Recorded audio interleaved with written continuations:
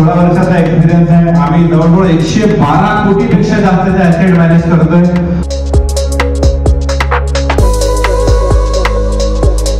काय होतं की ट्रेडिंग अपूर्ण नॉलेज घेऊन आपण बाजारात एंट्री करतो आणि मग आपला युधिष्ठिर बनायला वेळ लागत नाही. युधिष्ठिर त्यावेळीचा सर्वात हुशार माणूस समजला जायचा, पण जेव्हा त्याला ते व्यसन लागलं किंवा एक जुगारदारी खेळायला स्टार्ट केली तेव्हा अख्ख्या भाऊ बहिणीपासून तर पत्नीपर्यंत सगळं दावावं लागलं. एकदा माणूस ट्रेडिंग मध्ये इन्व्हॉल्व झाला आणि 50,000 रुपये हारला किंवा 50 रुपये लॉस झाला तर तो ते 50 रुपये काढण्यासाठी अजून पैसे इन्व्हेस्ट करत जातो त्याच्यामध्ये आणि मग अशा कुठेतरी ट्रॅप मध्ये अडकतो आणि मग कायमचे त्याच्याकडे खूप मोठं नुकसान होऊ शकतं.